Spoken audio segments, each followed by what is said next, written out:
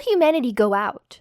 The most impressive thing about our species might be the sheer variety of ways we'll manage to destroy ourselves. After rewatching Love, Death, and Robots along with the recent season, I remembered how much of the anthology revolves around us ceasing to exist. Extinctions of such epic proportions that robots will tour our ruins and delight at our incompetence. Will it be because we give our cats thumbs and they no longer need us to open tuna cans? Because we update our automated systems until they come to perceive us as threats? Will we reach artificial immortality and entirely outlaw children? Or will our demise be just a fart in the universe? In this video, we'll explore the many ways Love, Death, and Robots predicts will vanish from existence, from the slow, dignified collapse of civilization to the much more likely scenario where our Roombas decide we're just not worth keeping around and call all of our smart devices to mutiny. So grab whatever comfort food might be evolving into sentience in your fridge and let's take a tour through the Museum of Human Extinction. After all, if we're gonna go out, we might as well do it on a full stomach.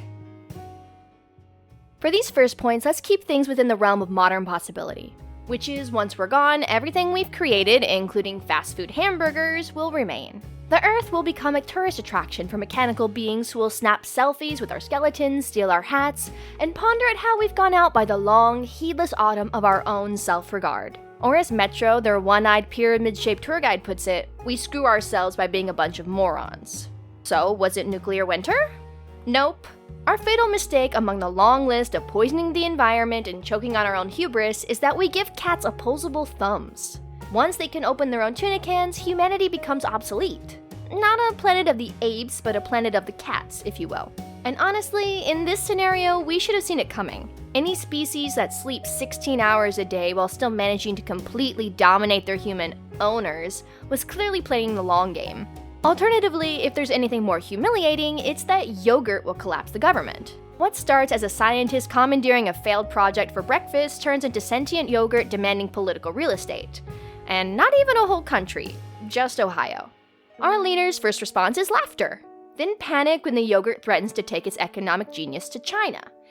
Nothing really motivates American politicians quite like the fear of being economically outmaneuvered. The yogurt will solve the national debt with a simple stipulation: don't deviate from the plan, which of course we immediately ignore, collapsing the global economy everywhere except dairy-ruled Ohio. Once we've reluctantly surrendered to our cultured overlords, humanity thrives. The yogurt, tired of our nonsense, simply says, "Later, losers," and leaves for space, proving that even food can recognize a lost cause when it sees one. Heck, aliens might even arrive, and after seeing our oceans transformed into plastic soup garnished with oil slicks, might decide a species that communicates in clicks and whistles is infinitely more sensible than one that invented single-use shopping bags. The aliens will declare a dolphin the messiah, skipping all those tedious human prophets with their leprechaun-like love for gold and child mentoring interests. Turns out when choosing between a species that breathes through its blowhole and one that speaks through its ass, aliens make the educated choice. Meanwhile, our goldfish-level attention span could prove we never deserve this planet anyway. When a colossal naked dude washes ashore, humanity's response is precisely what you'd expect. Day 1, oh my god, giant! Day 7, anyone want a selfie with his nipple? By day 15, we're getting ads on social media that say swipe up for giant body parts, and by month 2, we've forgotten it completely. Probably because we've moved on to whatever outrage is trending. If this is how we handle wonders from beyond all logic, imagine our response to our extinction. Initial panic, followed by memes, followed by complete indifference as we scroll into the apocalypse. Now, these are just the ways we might destroy ourselves as we are, or the unexpected, which is conceivably possible. In a future not so far away, however, we may not even need cats, yogurt, or dolphins to finish us off. We'll build the tools of our destruction. Fundamentally, humans are innovative creatures. Ironically, they'll work twice as hard to avoid doing actual work, creating smart appliances that decide the biggest mess in the house is actually the homeowner, for example. Picture this. You're enjoying a peaceful retirement and finally purchase that top-of-the-line robotic vacuum with its fancy warranty. One day, in the middle of yoga, your robot decides your decor layout is all wrong, shaves your dog's head out of spite, and activates purge mode when you dare to reset it. Of course, you run to the automated customer service for help. Not that that automated service is any better, it lets you know there's a 6-hour wait for a human representative and instructs you to throw your dog at the machine in exchange for your life. Nothing quite indicates approaching humanity's downfall, quite like fleeing town in a golf cart with your neighbor while every service bot in town joins in on the pursuit. This is your life now, or at least it is until the machines come for everyone. Now, if extinction by smart device takes a while, rest assured, even in space where no one will hear you scream, humanity's habit of cutting corners means the first of many cuts to our life expectancy. Let's say you're the only person who can repair a specific but important satellite. A single screw that some engineer decided wasn't worth the extra quality control check because it was Friday afternoon and happy hour could puncture your spacesuit, sending you spiraling into the void with nothing but a dwindling oxygen supply. You sacrifice your arm to the vacuum of space so you can toss your glove and get spinning in the right direction and narrowly miss. You snap off that arm that resembles a very lean freezer-burned leg of lamb and try again. You've survived. This time. You had a helping hand, but remember, you're down one appendage, and so there isn't an infinite number of times this mistake can be solved. And if somehow you do manage to survive space, there's always a military-industrial complex working diligently to finish the job back on Earth. Future generals, not content with conventional artillery, will crossbreed technology with nature's most efficient predators. Say hello to the love child of Winnie the Pooh and the Terminator. Titanium claws, diamond carbine canines, and the emotional stability of your ex after you've changed the Netflix password. These bearborgs will exterminate anything with a heartbeat, including those who created them. This scenario also includes societal obliteration by sentient military aircraft, modified supernatural beings out for revenge, and maintenance robot error. Our grand finale of self-destruction, if technology does it, will create a world tourist robots can traverse like the circles of Dante's hell. We'll have people who reject modern technology and healthcare, but stockpile enough ammunition to arm a small country. Then the tech bros who believe their wealth can save them from climate collapse, only to discover their AI slaves renegade once they're smart enough to tell the meat bags to make their own damn drinks. Perhaps those uber-rich humans who escaped to Mars will do better. Nah, they got left behind by cats. Who were you expecting to survive? Elon Musk? Ha! After agonizing over possible mass extinction by killer robots and vengeful appliances, I find it actually more likely we'll probably just end up deleting ourselves the old-fashioned way, or better yet, upgrade ourselves right out of existence. All these scenarios thus far assume we'll be still recognizably human when the machines take over, but knowing us, we'll either nuke ourselves before the vacuum bots get the chance, or we'll enhance ourselves so thoroughly that calling the result human would be like calling a smartphone an Etch-a-Sketch. We have always fancied ourselves evolution's greatest achievement, but we might discover we're more like that awkward middle child. Not as cool as our older siblings, soon to be overshadowed by our younger ones, and desperately trying to prove we're special. Our obsession with self-improvement will prove that we never were that evolved to begin with. Take genetic modification, for example. We won't even need technology to create enhanced humans. We'll stumble upon naturally immortal ones who've been minding their own business for centuries, and our immediate response will be, great, let's chop off his balls! So we'll create a world where the next stage of evolution hides in caves to avoid being dissected, and we'll spend so much energy chasing immortality that we'll actually forget to live. Meanwhile, we'll perfect the art of living as anyone but ourselves. Picture underground fighting arenas where human minds control genetically modified beasts in gladiatorial combat. Because nothing says advanced civilization like monetizing violence. I suppose the good thing in this scenario is that when you've been stripped down to nothing but some squishy brain matter and a spine, you can still get your revenge by becoming the superior predator. Of course, all this self-modification assumes we won't instead evolve machines to be better versions of us. We'll invent a backstory for their grandeur, make everyone think they're a human who's gone full cybernetic reconstruction, allowing them to tolerate any environmental condition, even transcending the need to breathe. After becoming a universe-renowned artist, they'll spend eternity obsessing over the color of a swimming pool tile, because as it turns out, they were originally a pool-cleaning robot modded by humans until it became alive.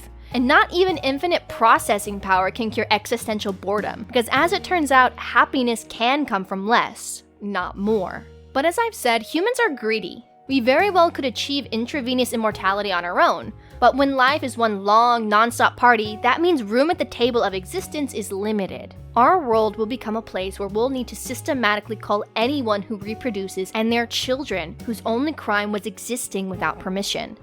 Soon you'll be able to spot the immortals by their dead, lifeless eyes, the kind that come from experiencing everything so many times that nothing has meaning anymore. While we're busy playing God with genetics and consciousness, we'll still behave like the universe's most entitled parasites.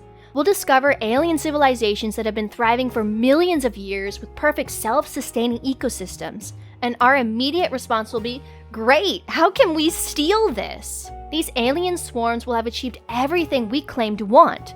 Perfect organization, sustainable resources, collective intelligence, but instead of learning from them, we'll try to rip out their eggs and reverse engineer their success. Because why admire a masterpiece when you can plagiarize it poorly? And when those patient, ancient minds finally get tired of our presumptuous meddling, they won't wipe us out. They'll simply remind us that we are not evolution's crowning achievement. We're just another failed experiment, and frankly, some of the older experiments are getting pretty tired of our noise. So you might not be on board with aliens ending humanity, but how about destruction by the ancient world? Because if there's one thing humans excel at, it could be poking Dracula and then acting shocked when he wakes up cranky. We'll dig up every cursed artifact, disturb every ancient tomb, and awaken every slumbering horror with the enthusiasm of toddlers smashing blocks. It could be the military or archaeologists with hired mercenaries, but it's always the same. We'll desecrate mysterious underground tombs to prove we're smarter, or stronger, or richer, and these intrepid explorers will unleash soul-sucking demons that could have been waiting for centuries for fresh meat. Or we'll find ancient beings so Lovecraftian we'll wonder if HP knew something we didn't, because apparently nothing will protect us from becoming screaming, crawling masses of terror in the face of encountering that which should have never been disturbed. These threats are far older than us, far beyond what we determine is real or possible to end us. Yet nature itself might develop a taste for human flesh. Not in the happening sort of way, but in the way that the rustling of the grass will mean it's hungry, starving, because we're all that's left. And it will endure us as it's endured dinosaurs, the Ice Age, and volcanic winter. Or if demons and angels show their faces, we'll discover one man's god is another's demon, and these supposedly sacred entities might be just as destructive and self-serving as we are. Our assumptions about divine beings existing to serve humanity will shatter faster than our egos when we realize we are not the center of anyone's universe, including our own supposed deities. Worshipping something for millennia doesn't make you morally superior, it just gives you a stronger justification for cosmic-scale selfishness. Perhaps the most humbling realization will be that these ancient powers have been around since before we invented fire, and aren't impressed by our technological achievements. And in our final hour, our pets might somehow be the ones qualified to battle them, while we cower like the useless apes we are. Of course, all these doomsday scenarios assume we'll encounter something we've seen or imagined before, but what if the real threat is something we can't even categorize? What if humanity's end comes from something so bizarre that our extinction will leave future civilizations scratching their heads and asking, what the f? Our biggest mistake is assuming that our extinction will be within our control, which is giving humanity probably too much credit. Climate change, nuclear war, collapse of all forms of democracy resulting from a sentient orange's desire to never again fly commercial. Yeah, these are probably things that we can prevent. Eventually. But take time for instance. Time will get so fed up with human stupidity that it'll start folding in on itself just to mess with us. It'll form loops where lovers kill each other in an endless cycle, forgetting who they are and repeating the same tragic mistakes for eternity because time can heal all wounds, and then make you experience them again and again and again. That's how we perfect the art of destroying everything we claim to love. We'll be so mesmerized by wealth and shiny objects that we'll crush it while trying to possess it. And even when we snap out of our obsession, it'll be too late to undo the damage. Humanity is the species that has the greatest capacity for goodness, yet ruins everything through our greed, then spends the dwindling years of our existence mourning what we can never recover. On the other hand, the metaverse has really become popular, hasn't it? We may even find increasingly creative ways of eliminating historical villains, which is all good fun for creatures who invented reality TV, but will turn assassination into performance art. And unfortunately, humans are obsessed with thinking it's us versus them. In this scenario, things will be less butterfly effect and more, oops, we accidentally started an interdimensional war because he said I was mean, but I thought he was meaner. And let's not forget the wild cards. For example, an eldritch horror Santa that only needs to see you're on the bad list to eat you like a scrumptious sugar cookie, giant man-eating crabs that steal your vehicle and your flesh, and numerous yet-to-be-considered scenarios where the real monsters are us. Our species might encounter threats so inexplicable that death by environmental destruction will seem refreshingly straightforward. So we might be doomed. But there's one trait that might save us: our endless capacity for empathy. We might form friendships with literal trash monsters who turn out to be better companions than most humans, discover that cooperation beats competition when we're suiting up in mechs to defend against alien swarms, and maybe even find ourselves siding with super intelligent rats over our own heartless pest control machines because it turns out vermin have more humanity than our technology. Our empathy might help us recognize kinship in the most unlikely places. In aliens, monsters, maybe even in our Roombas when they achieve consciousness. So while we can't predict how we'll stumble toward doom, we can do the small things. Care about the environment and animals, stop throwing each other under the bus with, well, it doesn't affect me, because that's cosmic level bullshit. And remember that the apocalypse will definitely be more bearable with friends. And even if those friends happen to be reformed garbage monsters or sympathetic aliens who appreciate our chaotic charm, in the end, all we'll really have is each other. And honestly, that might just be enough. If you've enjoyed my exploration of love, death, and robots and how we'll doom ourselves in wonderfully ridiculous ways, you might enjoy my other videos on stories about human nature. And when you're caught between optimism about human potential and the terrifying certainty that we'll mess it all up anyway, ditto. That's why I'm Pickle Ditto. Because whatever storytelling pickle you're in, I've probably been there too.